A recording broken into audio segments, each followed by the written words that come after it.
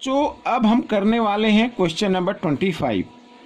Read कर लेते हैं। The length of the diagonals of a rhombus are 16 centimetre and 12 centimetre. ठीक है, ये रोम्बस के डायगोनल है। What is the length of each side of rhombus. तो रोम्बस की ईच साइड हमें फाइंड आउट करनी है।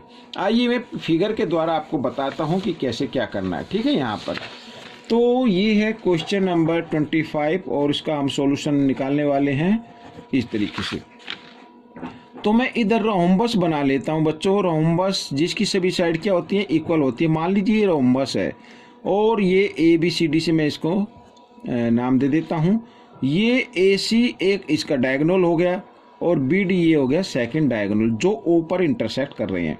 अब यहाँ पर AC, ठीक है, ये AC है, मान लीजिए 16 सेंटीमीटर है, तो मैं यहाँ पर लिख देता हूँ AC is equal to 16 centimetre. और BD है बच्चों यहाँ पर 12 सेंटीमीटर। ठीक है, तो हमें क्या फाइंड आउट करनी है, ये AB या BC या CD और या AD। यानी कि हम जानते हैं कि इसकी चारों जो साइड होती है, 4 साइड होती है इसकी, तो वो सभी इक्वल होती है लेंथ में। तो अगर हम AB फाइंड आउट कर ले तो जो लेंथ AB की आएगी वही BC की होगी, CD की भी वही होगी और AD की भी वही होगी। अब देखो यहाँ पर मैं सबसे पहले लिख देता हूँ, हम इसको लेट कर लेते हैं एक बार। Let ABCD is a rhombus. ठीक है बच्चों, यहाँ पर मैं इसको लिख लेता हूँ।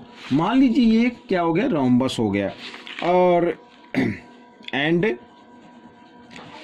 AC and BD its diagonal, ये भी हम लिख लेते हैं। ठीक है बच्चों, ये डायगोनल हो गए। और हमें मालूम है, यहाँ पर लिख लेते हैं, we know that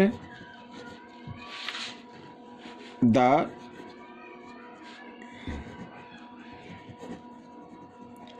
diagonal of rhombus are bisect at 90 degree each other. ठीक है बच्चों, हम जानते हैं कि जो रोम्बस के डायगोनल होते हैं वो एक दूसरे को 90 डिग्री पर क्या करते हैं, बाइसेक्ट करते हैं। ठीक है, यहाँ पर AC अपनी है 16, तो बाइसेक्ट मीन्स आधा हो गया, तो AO कितनी हो गई वो हम इसका निकाल लेते हैं। ठीक है, यहाँ पर देन इस तरीके से AO क्या होगी, AC की हाफ हो जाएगी और AC है 16, तो 16 का हाफ हो गया 8। ठीक है, 8 सेंटीमीटर। ठीक इसी प्रकार BO की हमें निकालनी है, तो BO क्या होगी, BD की हाफ हो जाएगी और BD है 12 और 12 का हाफ होता है 6 सेंटीमीटर। ठीक है, इस तरीके से हम क्यों कर रहे हैं ऐसा, क्योंकि देखो यहाँ पर फिगर में AOAB जिसका एक एंगल क्या है, 90 डिग्री का है। ठीक है, 90 डिग्री का क्यों, अभी मैंने बताया है कि जो डायगोनल होते हैं रोम्बस के वो एक दूसरे को राइट एंगल पर बाइसेक्ट करते हैं। तो ये AOB एक राइट एंगल ट्रायंगल हो गई।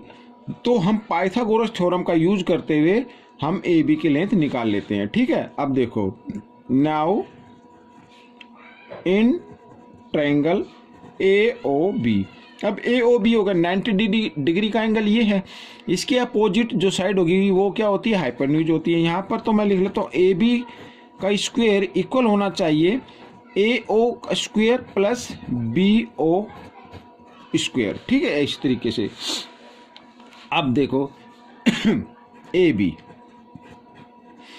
AO है अपनी, यहाँ पर AO जो आई है वो है 8, तो 8 स्क्वायर प्लस यहाँ पर 6 स्क्वायर, तो यहाँ पर मैं लिख देता हूँ 8 का स्क्वायर होता है 64 और प्लस 6 का स्क्वायर होगा 36, और दोनों को ऐड करते हैं तो आता है 100। ठीक है बच्चों, यहाँ पर तो AB इक्वल ये आ गया 100, तो यहाँ पर स्क्वायर था, इधर लेके आएंगे स्क्वायर रूट, तो 100 का स्क्वायर रूट होता है 10, तो 10 सेंटीमीटर आ गई। ठीक है, तो यहाँ पर बच्चों मैं लिख देता हूँ ईच साइड ऑफ रोम्बस